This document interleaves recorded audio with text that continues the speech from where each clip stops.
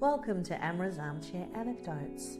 I'm Amra Pajevic, writer, teacher and storyteller. Pull up a chair and let's dive into stories about writing, life and lessons learned, sharing wisdom from my armchair to yours.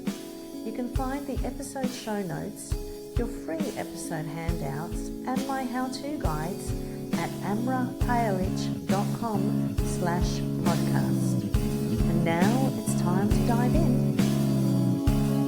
I'm joined today by Violeta Matijevic-Bagia, author, writing coach, and a fierce advocate for using storytelling as a way to make sense of things we don't always have language for. She's navigated both traditional and independent publishing, written across genres from sci-fi to literary fiction, and built a coaching practice focused on helping writers move from stuck ideas to finished work. Today we talk about what actually keeps writers stuck, the reality behind hybrid publishing, the risks of writing trauma, and what happens when your creative identity starts to shift underneath you. And we're also going to squeeze in menopause. We've decided we're going to make sure that we get that in this conversation. So I hope you enjoy this conversation. Welcome, Violeta. Thank you so much, Amina. It's absolutely pleasurable to be here. I know, it's so good because we came across each other online. I don't know how, you popped up on my feed. Yeah. And I'm like, I like what you're doing. I like what you're representing. And I just kind of, with this podcast, I just look for people that I think would be interesting to have a conversation with and have something to say. Because you're so articulate, I was like, this is definitely someone. But before we start, we were just talking about today is the first 1 year anniversary of your novel, Andrea Nekic is Not Fine. So I just wanted to hear more about that. I know, how's that for timing? I know. Everything's just so fortuitous. It's just like sliding doors moments. I love it. And thank you for those accolades. I do hope I can appear articulate today. I am caffeinated. It's good. Yes. Hopefully everyone will agree. But yeah, Andrea Nekic is Not Fine came out 1 year ago today, which is so exciting and probably one of my most pivotal book that I've written.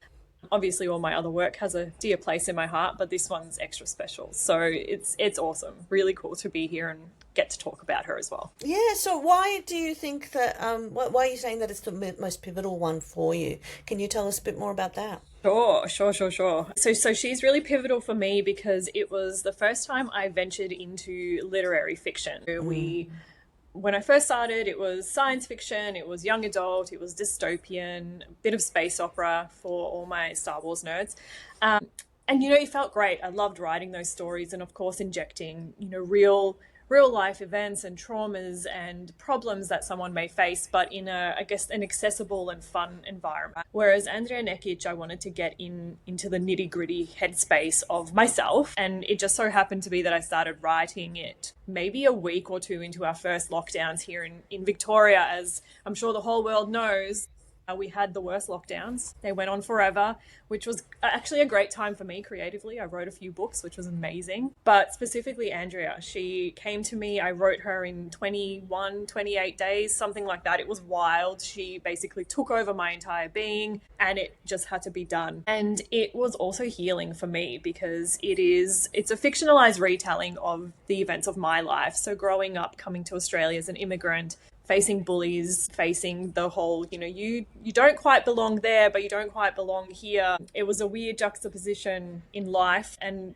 kind of a hard thing to learn as, a 4 or 5 year old. So that was really interesting. It was interesting putting all of that into words and into something that I knew that somebody would eventually read and have a deep insight into what, happened in my brain, I guess. And then, I guess if anyone is familiar with the book, it deals with sexual assault and attempted suicide. So, I threw basically everything that went on in my life, I threw it at this book and it stuck and it worked really well. And fortunately, my publisher thought so too, and they signed her on. So long story short, we're here a year later.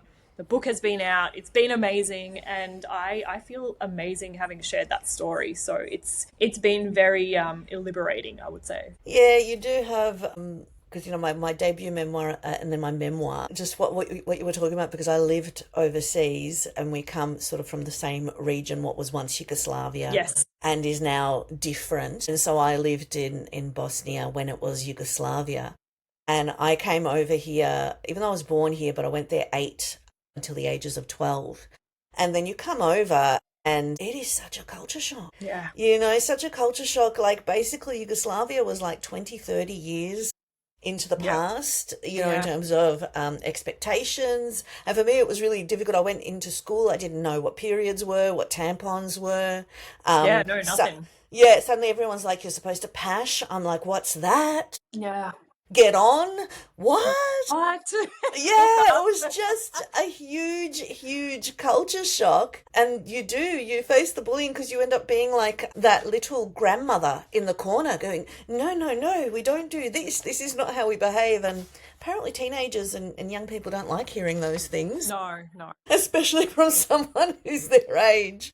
So Yeah. it's very cathartic getting Yes. those. So we're going to come back a little bit to the themes behind Andrea Nekic in terms of writing about trauma. But I sort of wanted to first transition into being a writer, and you've done both independent and traditional publishing, and then going into being a writing coach. So take us through that process. Well, yeah, look, I think the writing coach aspect actually was born off the back of having navigated both streams.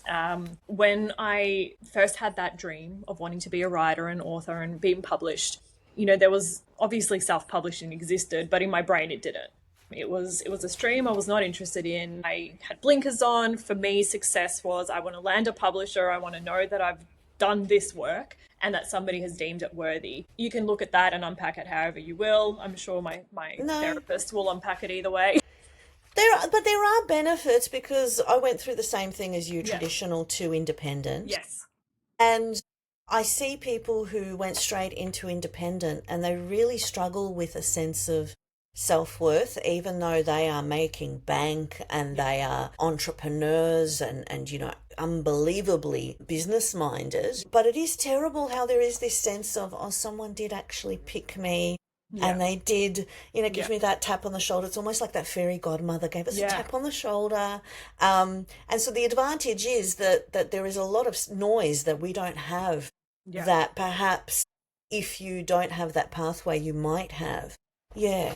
I agree. And look, it's been, I think, paramount in my learning of myself and how I write, how I process, how I, publish, how I promote my work. All of that, I think, came off the back of, having gone through those hard yards of the rejections, of the rewrites, of the it's not good enough, but you can do this, and so on and so forth. And I think because I had gone through all that, I understand the depth of work that goes behind the scenes in order to have a finished product.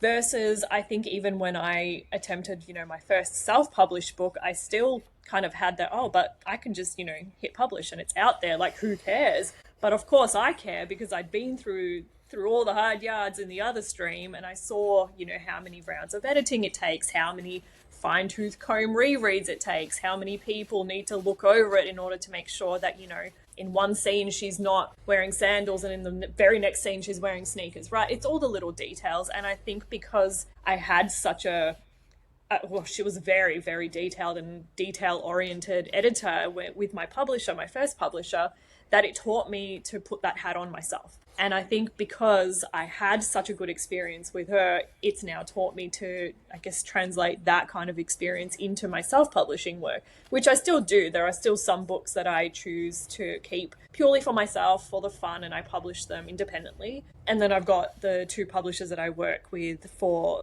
some of my other projects. So I think for me, I will continue both streams. And I think that's where my expertise comes in when I'm working with aspiring writers, because, whether they're wanting to chase that publishing dream with a publisher or go independent, I can help with both sides because I've done them both quite intimately. So, for me, it's great. I'm like, you want to do this self-published? Fantastic. Let's do it. We need to learn how to market, promote. We need to do the research. We need to go here, and we need to source a designer and an editor and a typesetter, a format, whatever it is, right?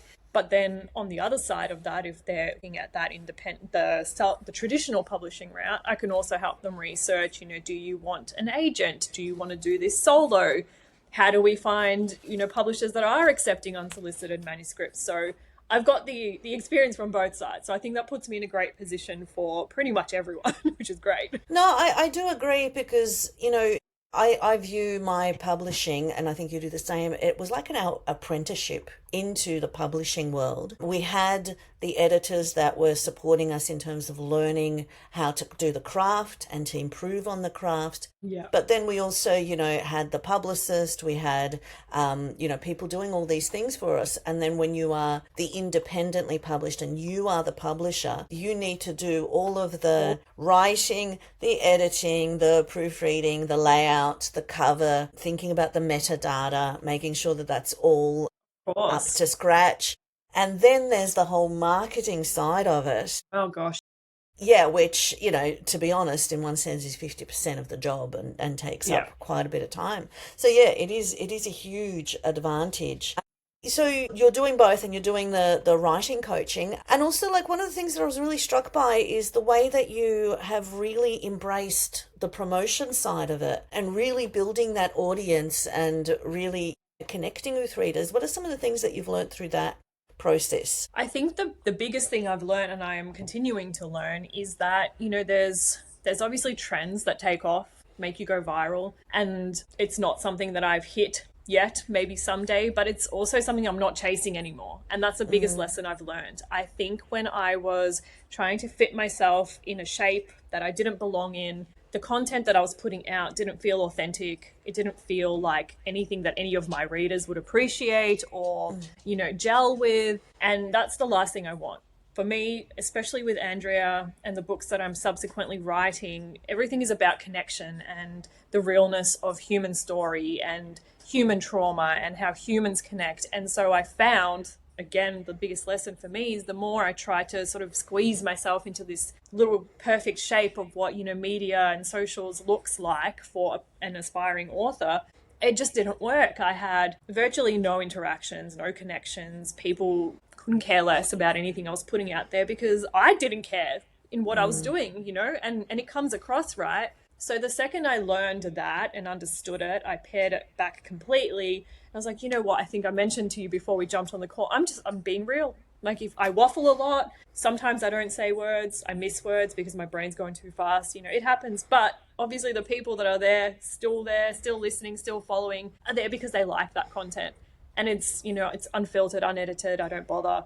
I'm just putting out my true self, my book's trueness, everything that's about it. And I think that's the biggest thing I've learned. So I think I'm actually having fun with it now. It felt like a chore. It felt like what you said, 50% of your job as a writer is literally sitting out here and promoting yourself. And I hated it so much. I can't tell you how much I hated it. But it is the reality of the job. If you are an author, whether it's traditionally published or independently, the onus is still on you to put your book out there, right? Your publisher can help, your publicist can help, but you still need to do, a lot of it, right? And that's just a part of it. So I think the biggest learning curve I had was enjoy it, and it will come across authentically and people will buy into that and into the story you're selling. And that's what I've learned, and I've really enjoyed it since. So it's no longer a chore. Yeah, and how do you sort of navigate the promoting of your books and the promoting of your business? How are you doing those two things? Look, I'm still yet to learn. So full disclosure, I don't think I'm quite there yet, but I'm trying to keep them somewhat separate. But where there is an intersect, I try to post on both. So I have, my Right Point Coaching Instagram page, and then my Violeta Matijevic-Bagia page, which is, specifically for anything to do with my writing and some of my personal life, because, people like to see what's going on behind the scenes. So where there is an intersect, I do tend to post the same sort of content on both. Sometimes, there might be a cross-pollination, which I think works really nicely. But the key thing I've sort of picked up from a few people kind of reaching out and saying, on the Right Point Coaching page, it's like, hey, how do you go about your actual writing? I'm like, oh, there's actually like an appetite for this. Why don't I bring across some of that content into this content and vice versa? And that seems to have worked a treat. So I think it's being authentic. I can't be a writing coach without being a writer, and I can't be a writer without being a writing coach. So there is naturally going to be an intersect there at some point. So I figured, why not, obviously have some direction, which I think you need with everything, but then share it in ways that seems to work organically as much as possible. Yeah, and I think that's the thing. When we all start social media, there is an element of feeling like you are walking naked. Oh yes, And it is so uncomfortable. so gross. And yeah, and you feel like, oh, I'm just shouting, look at me, look at me, Look at but mine. look at me. And then you get to a point where and then you're like, actually, you know what? That's not the energy I need to put out there. No. It's just the energy of, because I had to also do that thing of changing my thinking and make it about I am sharing. I am sharing things I've learned. I'm sharing my journey. I'm just sharing my news. And that's what took away that yuckiness of it. Exactly. Yeah, because if you're just sharing and you're just sort of having a yarn and you're just trying to be yourself, and I think in this day and age, one of the things that someone I'm a big admirer of, I don't know if you've come across a Joanna Penn from the Creative Pen. One of the things that she said recently with all of this AI, and she's very AI positive, is she goes, when we talk on social media and we make those mistakes and we are not perfect, that proves that we're actually human. Yeah. And so that has also made it easier for me, like what you're talking about in terms of that waffling and that not trying to be like that perfect package, because that is just proving that humanity and that who we are and what we have to offer. Yeah. Well, yeah, Yeah. that's it. And the human touch is the backbone of being a creative, right? Like, yeah, AI can do some incredible art. I've actually recently been using it so much to, just like fangirl over my own books. And I'm like, do me an illustration of my two favorite characters, that I've written. And it's amazing. It's wild. Like, it feels like my worlds have come to life and I can see them. Obviously, I don't use it for anything. It's just for me to, enjoy seeing them come to life in a way. But yeah, it does these amazing things, but still it's not drawn by a human. It's not drawn by somebody, I've commissioned to do an art piece for me. And like I feel even with articles or blurbs, whatever it is, as gross as writing blurbs is, I hate it with a passion. It is still something I will do hand on heart, by hand, and I will suffer through it and struggle through it, because that's the backbone of it, of being a creative. Whether it's an artist, a musician, a writer, you need to have that process of hating every line you've written in order to really appreciate the ones you love at the end, right? And if AI just does it for you, you haven't really experienced or learned through anything, I feel. Yeah, I think because I've had the advantage, like you a little bit, in terms of that traditional publishing and then independently publishing before AI. So I've developed a lot of those skills so I Yeah. can do like the rough thing. But what I love is putting it through and getting that support to keep refining, Yeah. which is what I would spend hours on before, like, every single word. Whereas now it's just that faster processing. Well, yeah. Something So like Grammarly is just, it's amazing, right? Like I obviously read and write good, but but sometimes when the brain is not braining, it's really nice to have Grammarly there being like, hey, is this the word you really meant, or are we going down this direction, right? And I'm somebody, I've got a master's degree in literature, I've got another degree in writing. Like, I can obviously read and write good, but the brain sometimes needs assistance. So, your tools that pop out that help us, I'm so here for it. Yeah.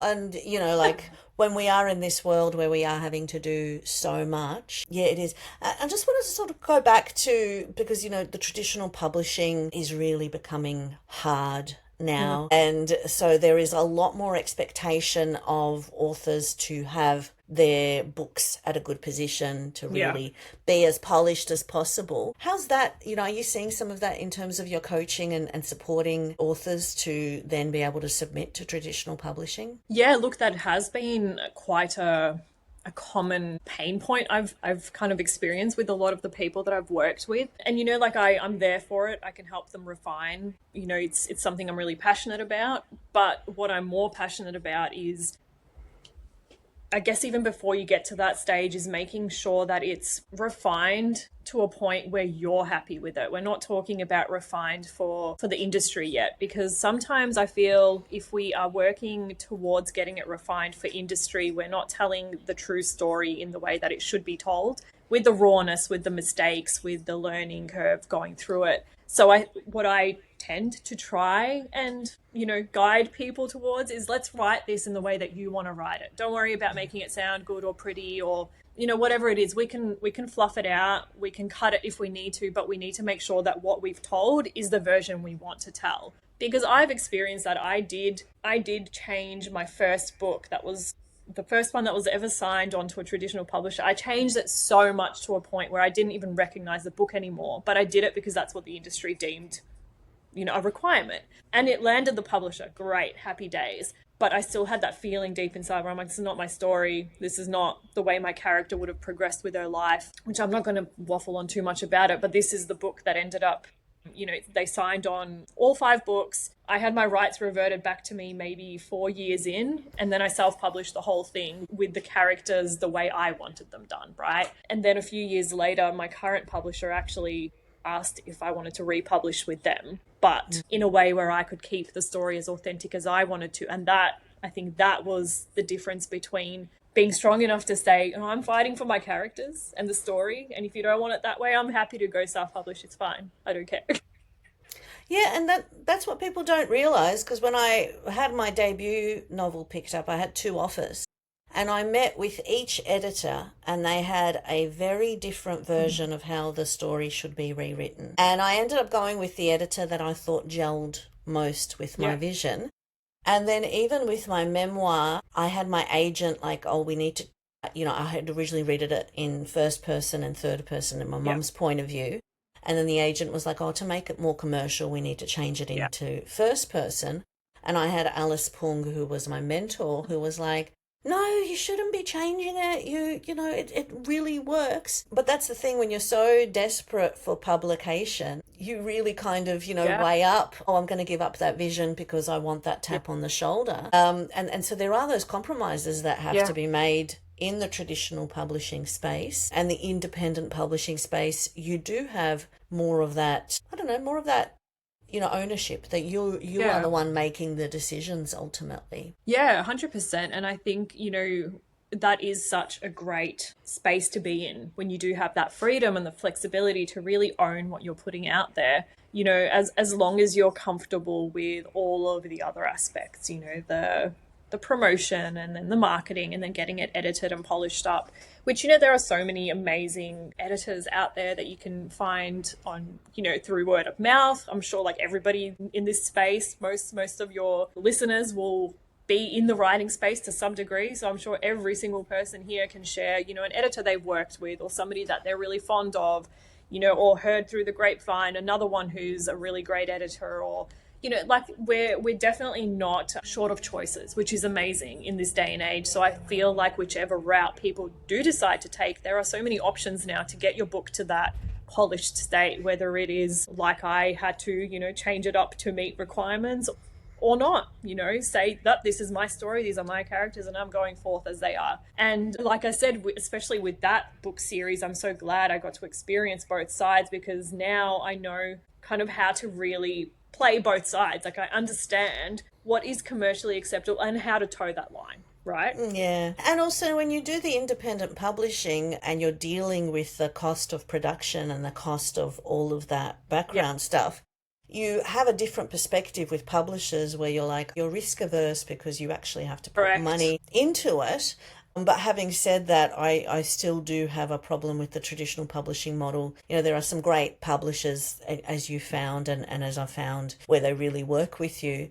But there is that huge inequity where they are paying you for your rights, and therefore they make all of the decisions and kind of mold you into what they think you should be. And then you're getting the tiniest percentage of the pie. Yes. Like when we look at the sales price, you are getting the 10% because of all the different chunks of that pie. Of course. And, that's yet another thing that, you have to really consider when you're sort of going down either route, right? For me, I always say to my husband, I'm like, I love this writing thing. I love, the feeling of it. I love, the taps on the shoulder. I'm like, but I would really like somebody too. Like that would be nice, right? So it's like where do we draw that line? And I think, but I always say, hand on heart, I'm like, I do this for the love of it. anything else is a bonus. Mm. Especially Andrea, she was so important to me. I needed to get this book and this story out there that, I was just like, it doesn't really matter how it gets out there, it just needs to be out there. I was lucky that it landed in the lap of a really amazing team, and I was so proud and honored.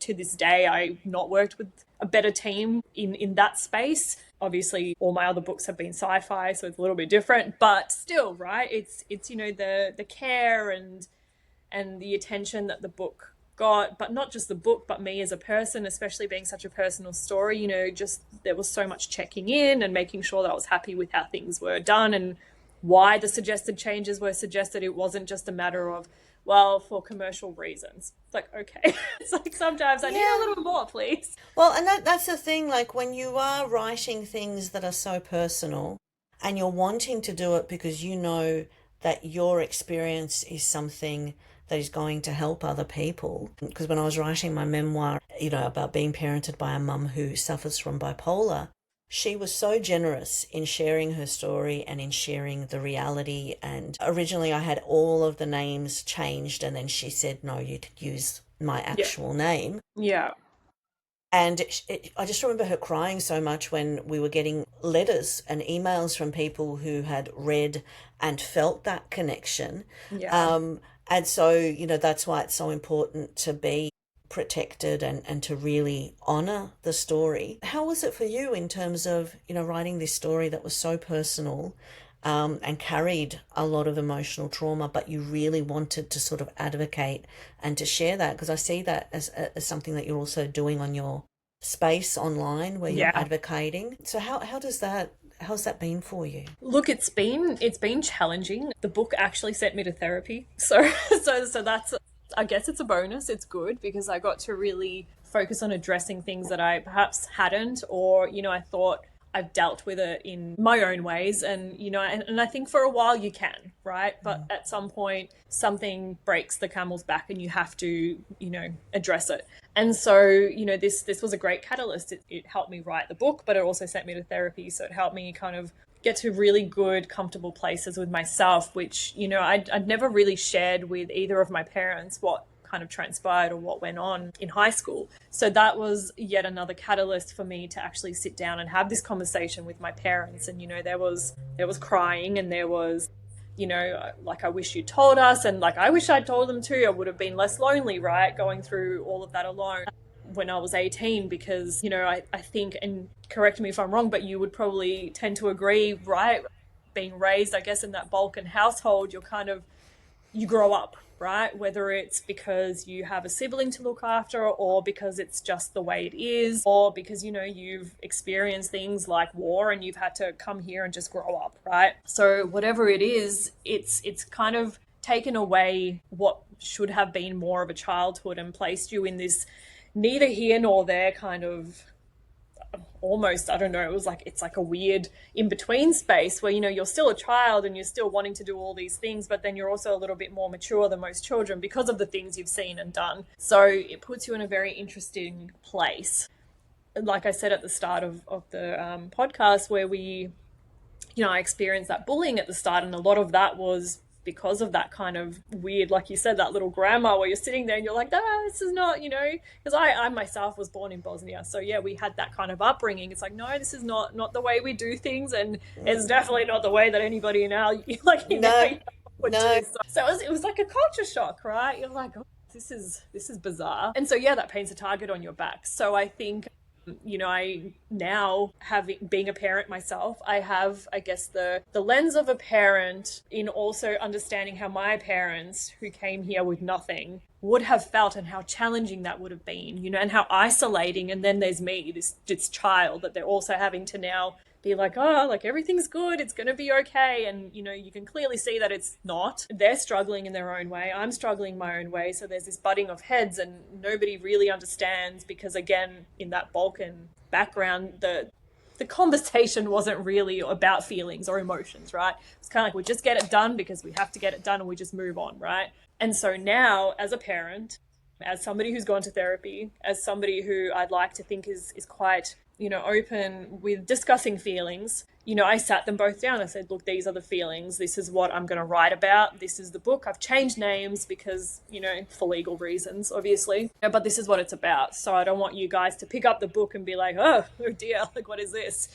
So I wanted full transparency. And, my parents and my sister and I, we all have a great relationship. We're super close. And I think, again, this book, so important to me. It's actually brought us closer now because we've all had that chance to, explain everything and have a proper conversation, 20 years later, but nonetheless, like, it's here. That's the thing, because, there is, in our culture, there is very much, I mean, on the one hand, everything's talked about, huge gossip Oh, yeah. and all of the terrible stories that Of people course. go through. But then on the other hand, there are certain things that are unseemly and that you kind of just put aside and you submerge Yeah. and you hide. I was just going to say, writing my memoir also sent me into therapy. So I think all good books, They send you there. because they send you into therapy, because for me, I was writing about, growing up, but then there was also, sexual abuse and being, I don't know, when you're a child that has a parent that is not very aware and is not present, there are a lot of people that take advantage, and there is a lot of predators that come out. If you're okay with it, I was just wanting to ask a question in terms of how it affected your parenting, because for me, I have these talks with people where they like, I'll have the sex talk with my children, and I'm like, I'm like, I had conversations with my daughter before she could even know Yeah.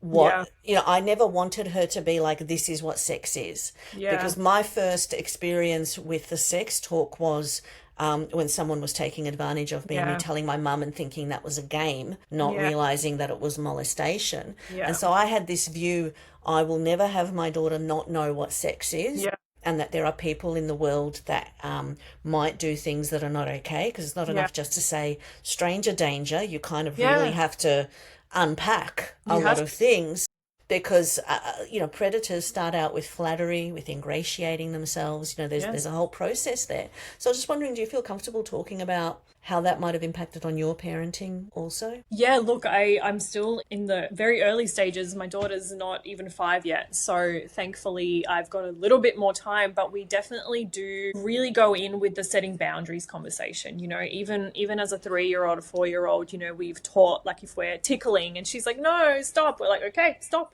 done, right? Like, no questions asked, or, can mummy have a kiss for bed? No, it's like, okay, good night, whatever, right? But small steps where it is really clear to her that boundaries and that no means no, or not right now means no, or maybe later means no, right? The boundaries are really important, and we've establish that even amongst ourselves, right? Like, if, mummy and daddy are having a cuddle in the kitchen and I'm like, not now, I'm trying to cook, he'll immediately step away. So it's all visible to her. And especially in such formative years, these are the things that they will learn and understand. And even now, when I see when she's having play dates, and other friends are like, oh, do you want to do this? She's very confident in saying no.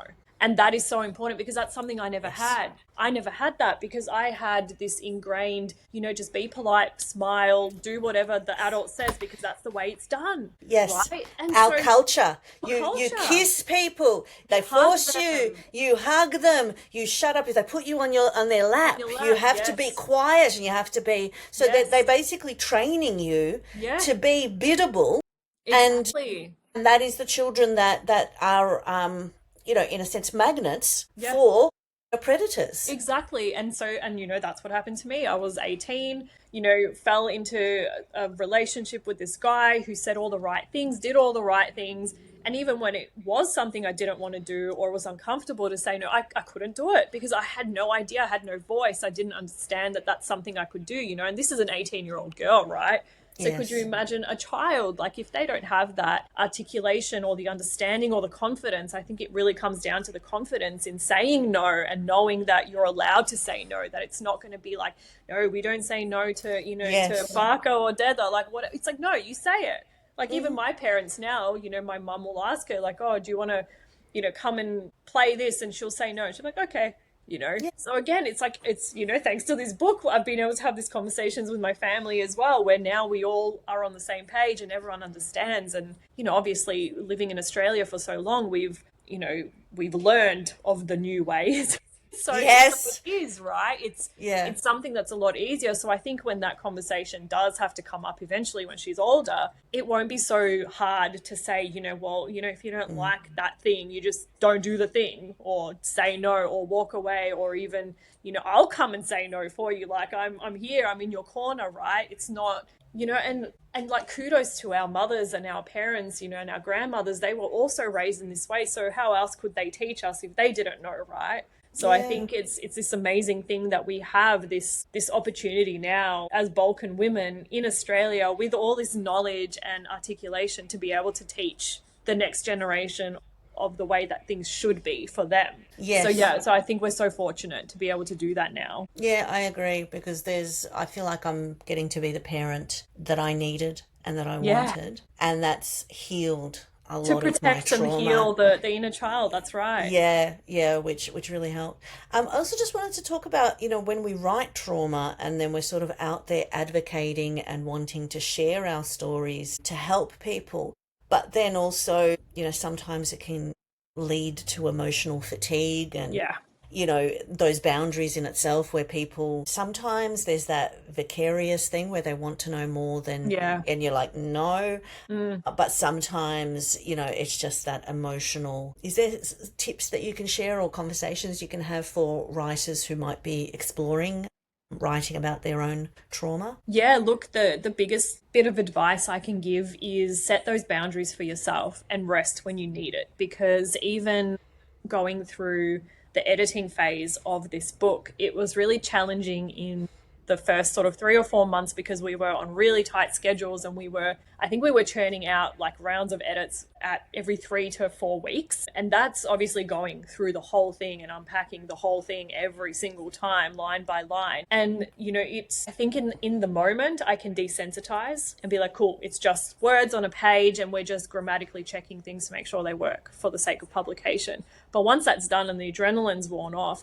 that's when that fatigue hits and you're like, oh, but I got to get to the next project. And that's what I did for months and months and months, because I was working on another book series with my other publisher, right? So there was no time to rest. It was just send these edits off, next edits come in, and you just work and work and work. But when the lull came, when both edits were sent off to respective publishers, it was just this fatigue that took over, and then you get sick, you get the flu, you get the cold, because your body's just shutting down. It's tired, it's unrested. The physiological effects of that kind of mental fatigue are a lot. And I learned very quickly that it wasn't me catching the flu every other week. It was literally my brain needs to rest, my soul needs to rest. And so that's what I'm really big and just a huge advocate on it now. It's like, you listen to your body, listen to your mind. If you're in a position where you can take a break and stop, then you need to do it. Obviously, if you've got deadlines looming and other commitments calling, you have to do them, right? But once it's done, you need to take that break and let yourself take the break. Again, another Balkan throw here. It's resting is laziness, right? Yes. So, Oh my God, yes. yeah. Yes. So, What are you doing on the couch? No. I know what you're doing Get on up. the couch. Move. There's always something to be done. Yeah, Exactly. There's always something to be done, right? So I think it took many, many, many years, and my husband being like, just sit on the couch, woman. It's like, Yeah. go sit outside. I'm like, no, but I've got to do, I'll do it. You go sit, oh, but I've got to do, no, you need to sit. So it took a lot of that reminder daily from myself and my husband. Luckily, bless him, he's just so great in that reminder, right? That, that resting is not laziness, it's necessary in your mind, your body, your spirit, however you want to look at it, right? The trifecta. It needs Yes. to rest. It needs to rest so that you can be the best version of yourself to continue doing the work, right? And I've learned the hard way, because then I've gone back over edits that I've been doing when I was not rested, and it is like it's dog's breakfast. It's not great. And then I've made more work for myself because then I have to go back over it again. Yeah. Had I just taken the time to rest and recuperate and then go back with a fresh set of eyes, it would have been a different story. So yeah, that's my word of advice, is listen to your body when it gets to that point where you're feeling fatigued and emotional and tired. It's not you being weak or lazy, it's you needing a rest. I have this thing where I'm like, which brain have I got? If it's like the tired brain, then Yeah, it's yeah. like the low level where I'm doing something because I find it hard to not be moving forward in some way. Yeah. So I have like constant to-do lists, and it's like, which brain do I have? Yeah. And also learning the hard lesson of certain things you cannot do when you are tired. They Yeah. have to wait. They I have have to wait to. for the good brain. There's Yes. no point. No. Well, I wanted to really get back to our perimenopause Yes. conversation because we started and you said that you are 37 years old and you have gone into perimenopause, and Yeah. that's not something that's very common. We're No. finding out now that it does happen, Does happen. but you do get gaslit by the medical profession a Yeah. lot, just in general, doesn't matter even when if you're in your 40s. Yeah. But can you share a little bit about what happened, what your journey's been with that? Yeah, look, it honestly started. So my daughter is now almost 5. So everything in the last sort of year or so, I was constantly thinking it's probably still hormonal related. Maybe it's just, the periods are trying to settle, the body's trying to settle. And I'm so fortunate I have such an incredible GP, and she has been with me pretty much since I moved into this area. So maybe 13 years now or so. And she said, no, honey, I think it might be perimenopause. And I was like, oh, tell me more. Because only maybe 2 or 3 days before that conversation, I was speaking to a really good friend of mine, and she's only a year older than me. Yep, 1 year older. And she said she had a conversation with her GP, and her GP said, most likely you are entering perimenopause. I hadn't even heard of the term. So this is Yes. how great our education is. I didn't even know the term. I was like, what is this perimenopause you speak of? So I went home, did all the Google. I'm like, oh, sounds an awful lot like the things I'm going through. So I booked myself in. GP was available that following Friday and said, hey, could this be a thing? Because this is what I'm experiencing. So for me, I've got the bulk and hot blood, right? It runs through me. It's like quick, right? Like 0 to 100 in like 0.1 second, yeah? But I can usually pinpoint when it's that, and I can usually pinpoint when it's hormonal, because I became obsessed with tracking my periods and how I feel. I've got an app, I've got a calendar and a reminder. It tells me today you might be feeling back pains or whatever it is, right? So I knew things weren't what the calendar said. I'm like, okay, this is a little something different, right? And I think the first sign was, my period surprised me one day. It came like a week and a half early. That's never happened in my life, right? I'm like, okay, like this is strange, but we can deal with it. And then every month after, it was either only one day or 7 days, or it came a week and a half later or 2 weeks earlier, or it just didn't come at all. I'm like, okay, this is something else. And then, naturally I was like, okay, it could be stress, it could be, the anxiety and depression, because I was going through the editing of the book. So I was like, it could be anything, right? And then, yeah, the GP was like, no, most likely it's this, because, she's like, we have tracked everything for X amount of years, almost 13 years of clockwork periods you could set, your watch and calendar to suddenly being out every single month like clockwork, it was out. And then, yeah, came the hot flushes, sweating profusely, wake up, my bed is drenched. I have an elderly dog. I'm like, did she pee the bed? Did I I pee the bed? know. You just don't know what's happening. You're like, what is this? Exactly. What fresh hell is this? How am I going through this? Literally. I'm like, it's winter. Like, I mean, I've got pajamas on, but, just a normal doona, like nothing Yeah. overly warm, and since pregnancy, I'm like, I've been running a little bit hotter, but like this was completely out of the ordinary, right? It's why I literally thought the dog had peed the bed, or I peed the bed. Like, Yeah. what's happening? You're like, it could happen. It could happen after what we went through with childbirth. Yeah. Yes, exactly. So I was like, I mean, I didn't rule anything out. But no, definitely not. Like, it's my clothes, everything, hair glued to my body, completely wet as if I'd just come out of the shower. And it would happen day after day after day to just nothing. Then in the middle of the day, it's cold, it's freezing, everyone's in parkas, and like, I'm just like, oh my God, I can't stop sweating. Yes. I'm like smelling myself in the car. I'm like, is it me? Like, what's going on? Yes, because Yeah. the odor changes. Yes. Yeah. Like, I'm like, what?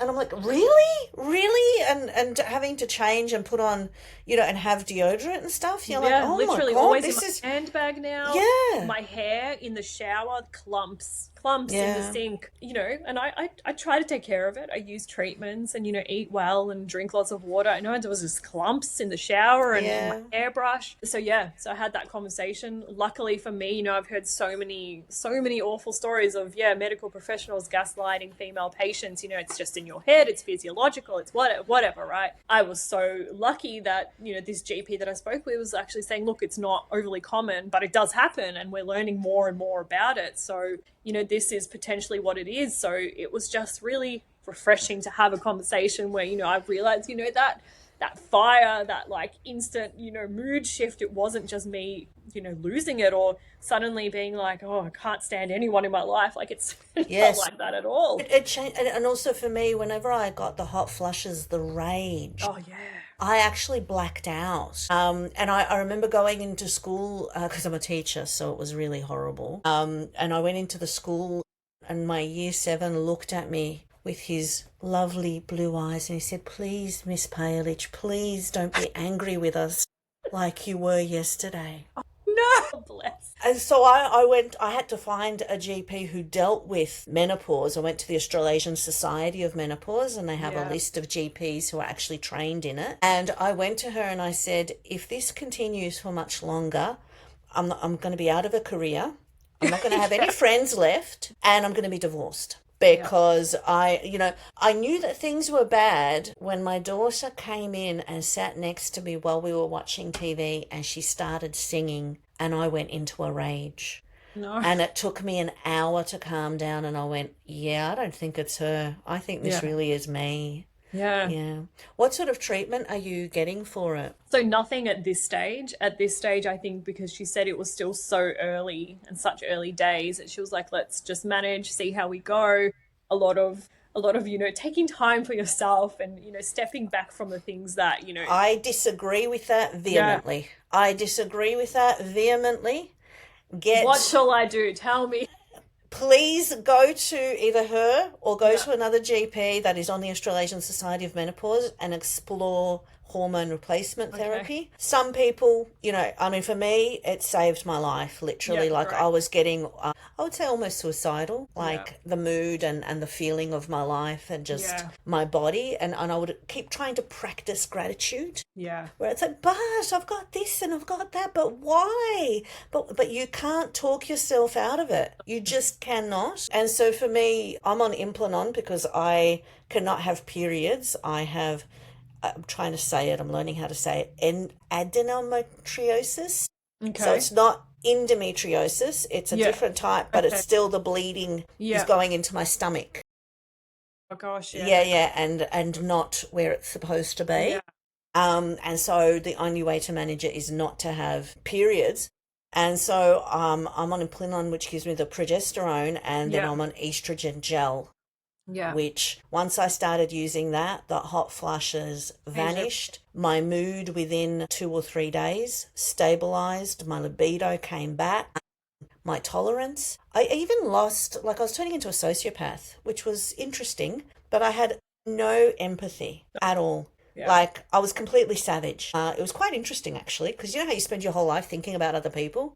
Yeah. And then suddenly I don't care. I don't care. I don't care. It was nice. It was an interesting, now it's just nice boundaries. Yeah.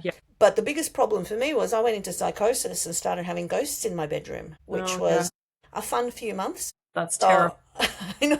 So I'm now on antipsychotics, and I have never felt better in my life because I have never slept better as a lifelong insomniac. So I would very much encourage you and any woman in your situation to really look at hormone replacement therapy. Yeah. I've got a friend who it didn't work for, so she's trying natural therapies. But to be honest, I would say, let's say I know 10 women who are going through it. Yeah. 9 of them have gone on hormone replacement therapy and their life is just beautiful, a beautiful thing. Yeah. That would be amazing. Yeah, and in Australia, it's all covered by Medicare. Yeah. It works out to, $1 a day to put, the bottle you buy $30 and $1 a day for a treatment. And honestly, it literally saved my life. Amazing. And and being able to sleep, that's great. Yeah. Well, because with the perimenopause and the vivid dreams, I actually am traumatized by my dreams now. Well, I don't know who I was saying to the other day. It was maybe 7 or 8 days in a row where I had completely vivid and lucid, horrific dreams, horrific, weird stuff.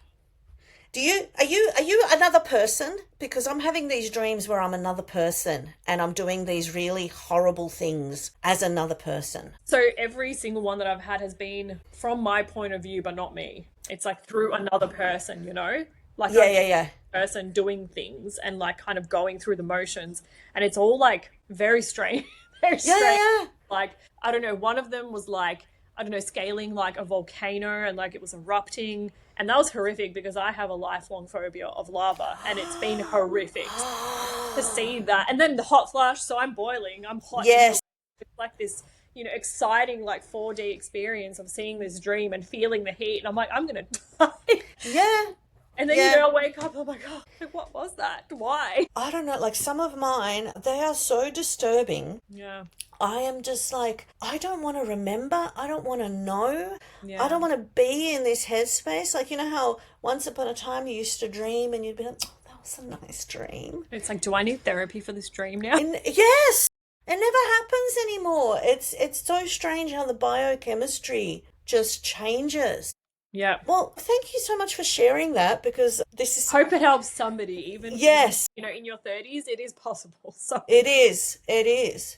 But what's something that you're working on coming up? What's your next project, your next novel, your next work? So there's a few that are coming out actually this year. So exciting. I've got 3 releases this year. So I've got the 3rd book from the Heart of Darkness series. So that is Queen of Heart. Epic continuation, lots of action. So that's a sci-fi military thriller. And then I've got the 3rd book in my young adult dystopian trilogy, which has recently become a 4-book series. So that's great. Yay, they've signed on a 4th book, which is amazing. That one is also due out later this year. And then I've got The Redemption of Derek Wolfe, which is with my Aussie publisher. So that's another very heavy-hitting book. So that one is it's a detective novel. He and his partner are uncovering a trafficking ring in New York City. And she is somebody he's saved from the trafficking ring. So it's from her perspective and from his. So being that outsider who's trying to navigate what she's going through, but also from her perspective, having lived it and having that lived experience, also helping other women who've come out of it and helping to shut this ring down. So it's a fictional novel, but it definitely touches on all of those topics that I think they're heavy hitting, but they're really necessary for people to talk about and understand because, trafficking sadly is quite prominent in the world to this day, probably even more so. And, it gets disguised in such, innocuous ways, like, the nice roommate who, is unassuming and suddenly turns out to be a trafficker and, before you know it, you're sucked into that ring. So it's addressing all of those types of things and I guess, raising the awareness of the prevalence of it. Wonderful. And so just wanted to make sure that everyone knows where to find you. So we've got your website, Violeta Matijevic, and then you've also got the 2 Instagram accounts. So you've got one under your name, Violeta Bagia Writer. Yep. And then you've got, what was the other one? Right Point Coaching. Right Point Coaching. Beautiful. Yep. Well, thank you so much for coming on and talking about such heavy topics. I really think this is a Balkan strength. I think so. We do the heavy and we do the deep. We don't do surface. No, and it's so important because the world is just everything surface level. Like let's get raw, let's get deep, let's make it uncomfortable. Yes, I love that. That should be your logo, actually. Yeah. You should update your logo with that. Let's get raw. Let's make it uncomfortable. That's perfect. Well, thank you so much, Violeta. It has been an absolute pleasure talking to you, and I'm gonna love looking forward to seeing how your career moves forward and develops. Thank you so much. It's been amazing. Thank you. Thank you for tuning in to Amra's Armchair Anecdotes. If you enjoyed today's episode, don't forget to subscribe and follow for more insights, stories, and inspiration. From my armchair to yours, remember, every story begins with a single word.